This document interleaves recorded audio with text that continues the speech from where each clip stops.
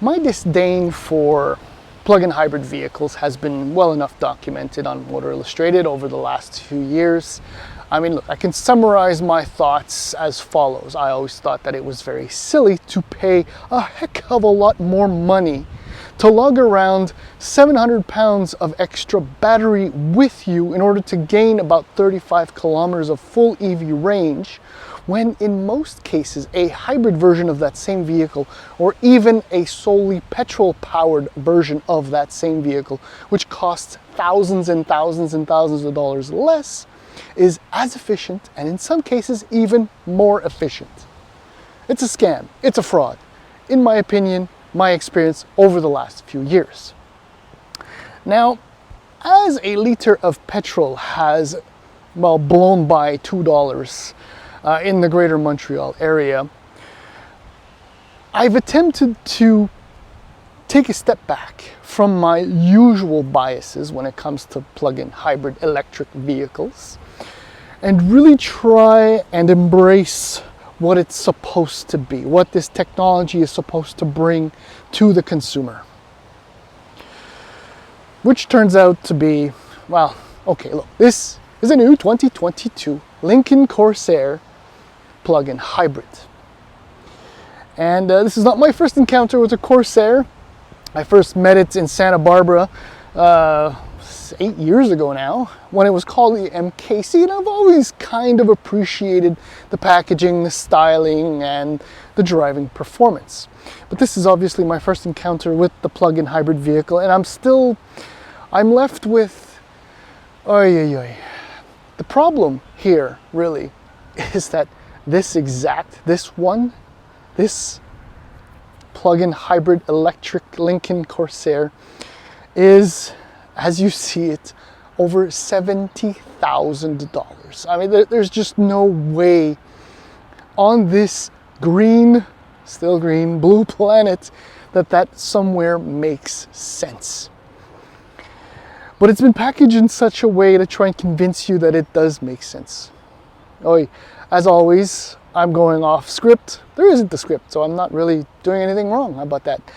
But the thing is, I've been trying really, really hard to live within the limitations and the means of a plug-in hybrid vehicle. And so far, by tying my hands to what this plug-in hybrid can do, well, I'm finding out that it's pretty damn impressive and efficient. But it doesn't mean that I'm happy about it. I know. So in the following video, we'll do the walk around. I mean, nothing has really changed since the MKC became the Corsair a few years ago, but still point out a few things as always, and then we'll take it for a spin, and I'll explain to you what I've been doing. I mean, it's fairly simple, but still, it's my video, so I'll go over every little thing that I want to go over. So if you'd like, please stick with me, and we'll talk about this 2022 Lincoln Corsair plug-in hybrid electric vehicle.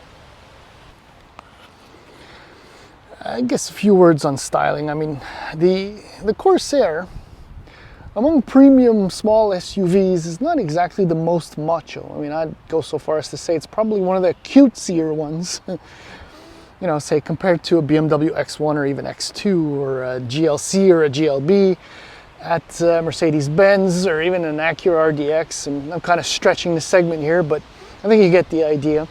I mean, it's still a good-looking SUV. I think the proportions are a little bit nicer than the Nautilus or even the Aviator, as far as I'm concerned.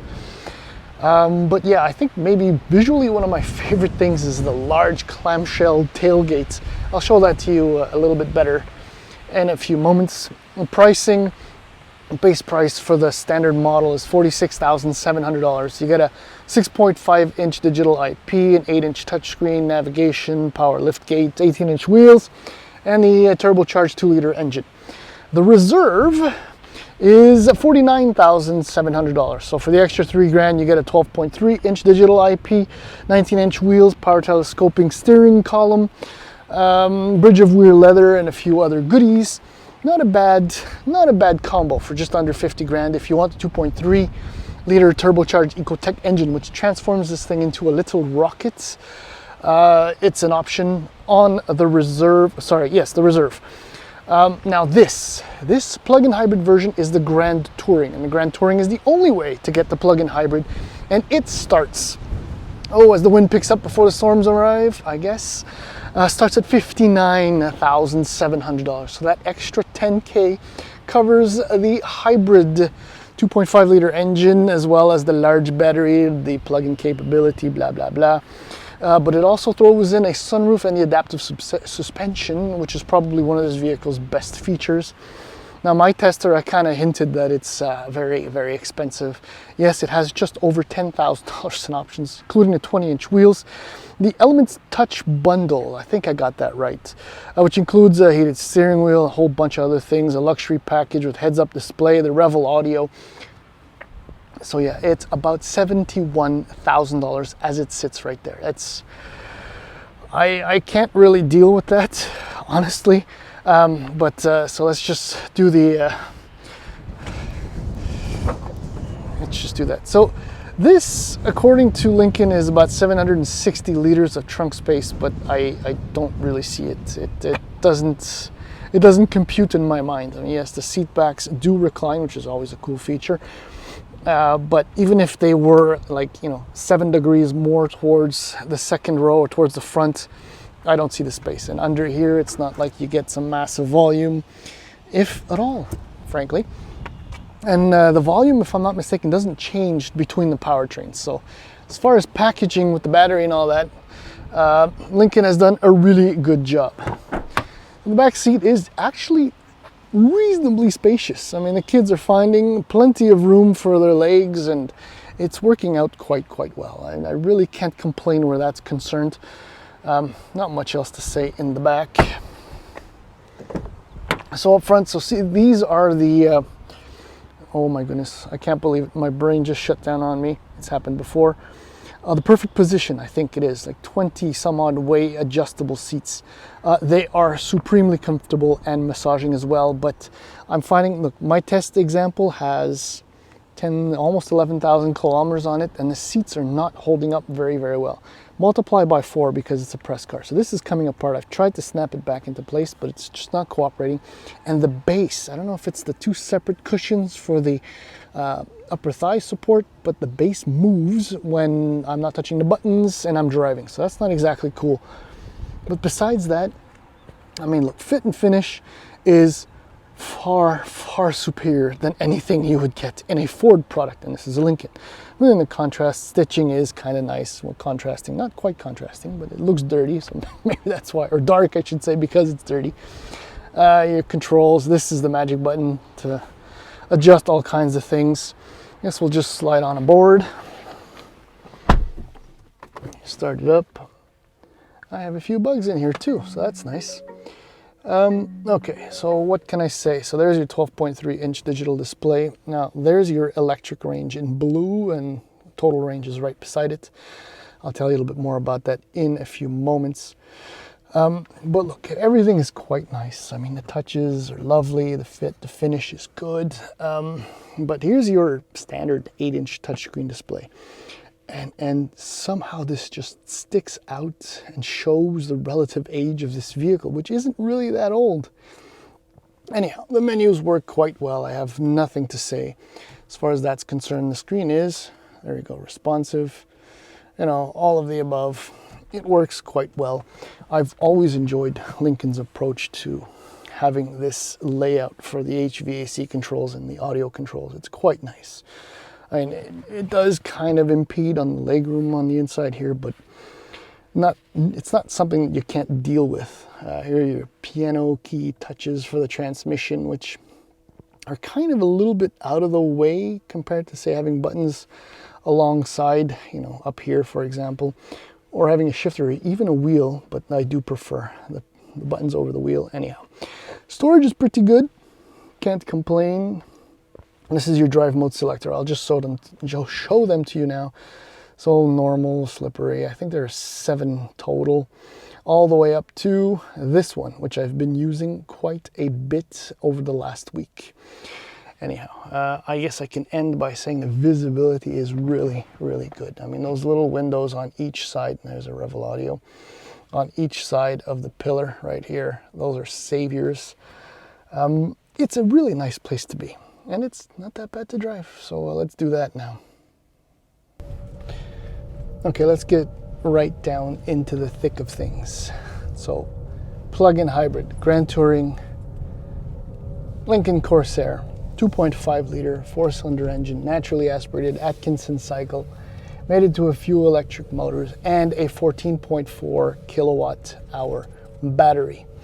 On a full charge, that battery is designed to deliver up to 45 kilometers of fully electric range.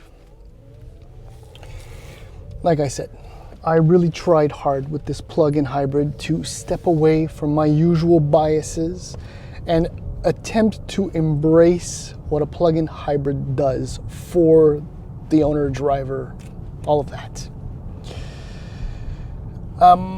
Total system output, by the way, is 266 horsepower, which is a little bit more than the 2 liter, which is a little bit less than the 2.3 liter. So as far as power is concerned, to be quite honest, even with the ECVT, which is the transmission, I mean, it's better than okay, and that's despite the 700-pound penalty the driver owner has to pay in order to get 45 kilometers of range.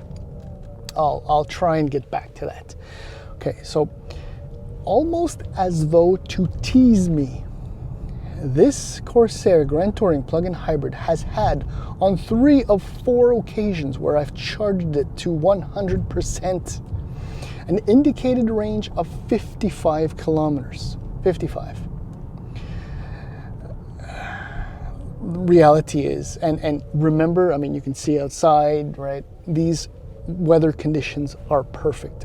Exterior temperature has been hovering between 14 degrees Celsius and about 24. I mean, you can't ask for better conditions than these. Okay, so every time I set off with that 55 kilometers, within the first kilometer, within the first minute or so, I lose about 15% of range, almost instantly. So from 55 to like 42. I mean, instantly. So I don't know what the system is trying to do. But anyhow, so far, however, in all of my driving, I've not managed to crack 40 kilometers of all EV range. And I promise you, I've been playing with the drive modes. I mean, automatically, I've been going into pure EV when I get in because I want the EV, right? I don't want to pay for fuel, not this week. And or if I got onto the highway. Now, 2 trips now I've taken that were well over 40 kilometers, and I would leave my home in pure EV. As I got onto the highway, I would go into preserve EV. In other words, now the system will lock out, see the petrol engine just turned on, will lock out the range and will even recharge the battery up to, I think it's 80% as you drive along. And then once, say, you get to your destination, you're in town again like this, then you can go back into your pure EV mode and benefit from whatever range you may have. Now, twice I've done that. And the longest trip was just shy of 100 kilometers back and forth. And to be quite frank, as I got on my way, I mean, the indicated fuel consumption, based on my previous efforts of pure EV and monitoring my drive modes, essentially, like I was trying to say, shackling myself to what this plug-in hybrid needs in order to be efficient, I was averaging, I think it was 3.2 liters per 100 kilometers, which is, but, and despite my efforts, on the road trip back home, I could see, as the battery was then depleted, the fuel consumption average going up by 1/10 of a liter every few minutes. Because I'm lugging around 700 plus pounds of battery. Yes, the Grand Touring is far better equipped than the base model with the multi-power, perfect position seats and the sunroof and all of that. But even so, it's part of the penalty you have to pay in order to get this technology, apparently. And I can easily imagine that by the end of the week, once I work everything out, I'll have averaged probably a little over, or only a little over 5 liters per 100 kilometers, which is still unbelievably good. But the thing is, I'm shackled. Every time I step away from this vehicle, if I'm home, I plug it in. Even if it's only for a couple of hours, I want those extra few kilometers of range because I need them to offset the weight and make myself feel better about spending $10,000 more for the hybrid powertrain slash 14.4 kilowatt hour battery. But when you do adhere to these limitations, that's just my tripod flying all over the place, and some of the rattles are the baby seats. Otherwise, this thing has been, it's airtight, it's impressive.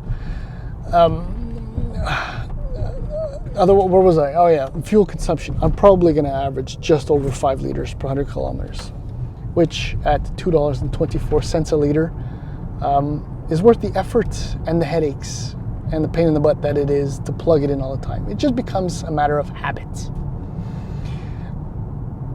Where am I going now?